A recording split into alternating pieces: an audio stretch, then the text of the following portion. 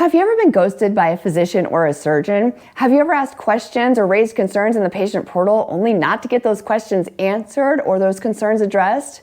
I am 6 months post ACDF surgery, and this is what happened to me. I was totally ghosted by my neurosurgeon. I'm Giaquinto, I'm Mama Fix-It, and I am going to share with you the secret to getting answers quickly when dealing with a broken medical system. What happened to me was pretty unique, I think. I don't know, maybe not. But my surgeon's office called to reschedule one of my appointments the day before the appointment because at 3 o'clock on a Thursday, my neurosurgeon quit, just left. So I was supposed to be rescheduled to another neurosurgeon, but because that neurosurgeon was probably, swamped with them rescheduling other patients from my neurosurgeon, I got scheduled with a PA. Long story short, PA couldn't answer any of my questions, had to check with the neurosurgeon. PA couldn't get a hold of neurosurgeon.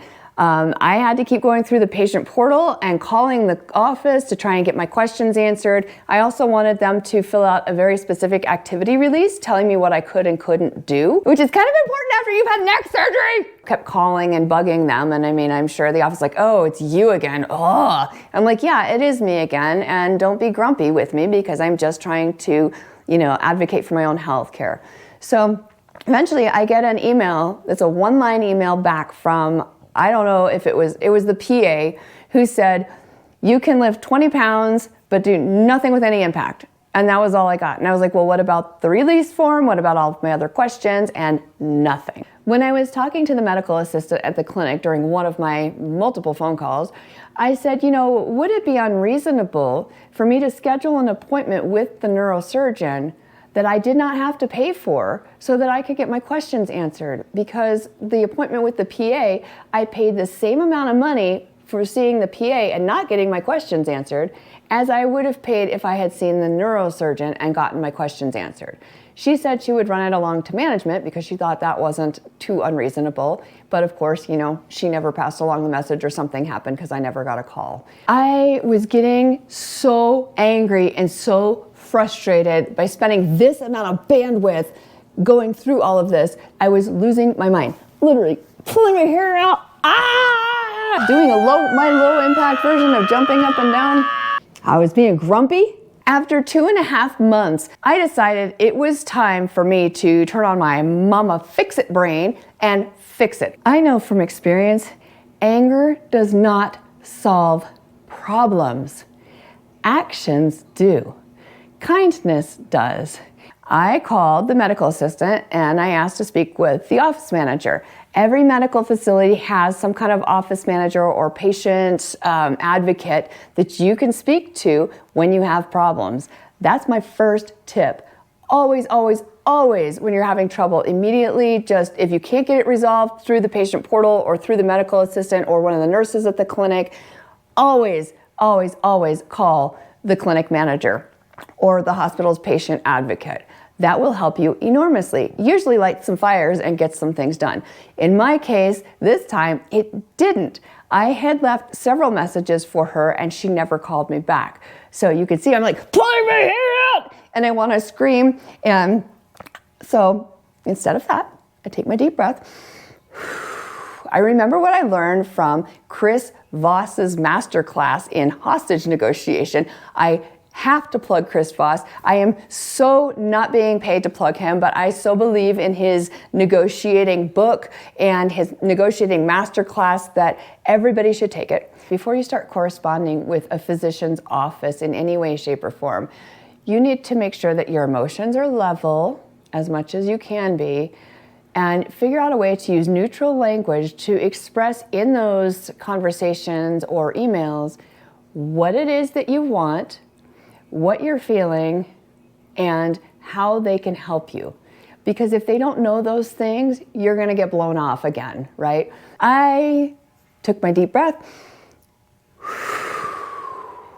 I put on my late night DJ voice and I called the clinic back and I explained to them what the situation was again and that I really needed to talk to the clinic manager. Again, she never called me back. I gave her over a week to do that. So at this point, I'm really frustrated.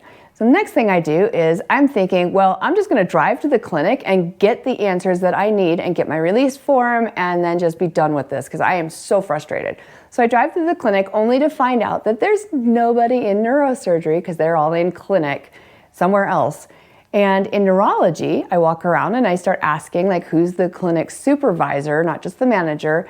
And they're like, well, we're from GI because we're actually covering. Because of course, in the medical industry right now, there's nobody working. Isn't that fun? So anyway, they were so nice to me and they gave me the business card for the clinic supervisor. So the manager's manager. And so I give her a call and I'm like, yep, I'm gonna use my late night DJ voice and I'm gonna use all the lessons I learned with Voss, and that was wonderful. And so I left her this wonderful, kind, calm message just stating the facts and saying, you know, is it unreasonable for me to want to get some answers and to request an activity release so that I know what I can and can't do safely? I mean, this was a big surgery. So if you could please get back with me, I'd appreciate it. Well, I wait. And I wait some more, and I wait some more. She doesn't get back with me. I'm like, are you kidding me? Ah! So instead of screaming, instead of getting angry again, well, you know, on the phone, I decided it was time to take it up a notch. So not only did I leave her another message asking her kindly to call me back, but I also wrote a very kind message in the patient portal stating that, you know, I'm very frustrated right now because all I'm looking for are some answers to my questions. And I can't get those answers without your help. When I was done with that, I went to the clinic's website and I found out where you can file a patient complaint. And I filed a patient complaint. Wouldn't you know that about 2 hours later, the neurosurgeon called me and spent about a half an hour on the phone with me discussing everything we needed to talk about? That, my friends, is how you get action when nobody's paying attention to you. Seriously, if you're being blown off, it is up to you, unfortunately, to take the time to escalate the situation all the way up the ladder. While I'm here, just know that every clinic is going to have a clinic manager, a clinic supervisor, and at the hospitals, you will have a patient advocate or some other kind of patient care person that you can speak to, or a hospital supervisor you can escalate to. There are lots of ways to get your questions answered, and it's really, really unfortunate that we live in a time where we have to take the time and effort to go through these steps just to get some of our most basic healthcare questions answered. But anyway, these are kind of the strategies you can use. It's really important to be proactive and define what you want, what you need, and be willing to kind of negotiate a happy medium sometimes. You know, the supervisor from this particular medical office never called me back. She should have. It would have been good customer service to call back and apologize for everything. However, I was okay with that because the neurosurgeon called me, and my ultimate goal of getting my questions answered and my activity release signed was accomplished. End of story. Time to move on. It's a really good thing that I was able to connect with the neurosurgeon because it turns out he wants to follow me for 2 years post-op from the spinal fusion surgery, which is great because that means if I have any problems or any questions, I have direct access to him and I can get everything answered and go from there. So in fact, he was so nice. He had somebody from the office call and schedule my next appointment for July. I think the end of July, which will be about 7 months post-op. At that point, he's going to take an x-ray and just make sure everything is going well and that I'm healing appropriately. So if for nothing else, that makes me feel a lot better. Yay, I'm not alone anymore. I'm back in the system and I'm back on track.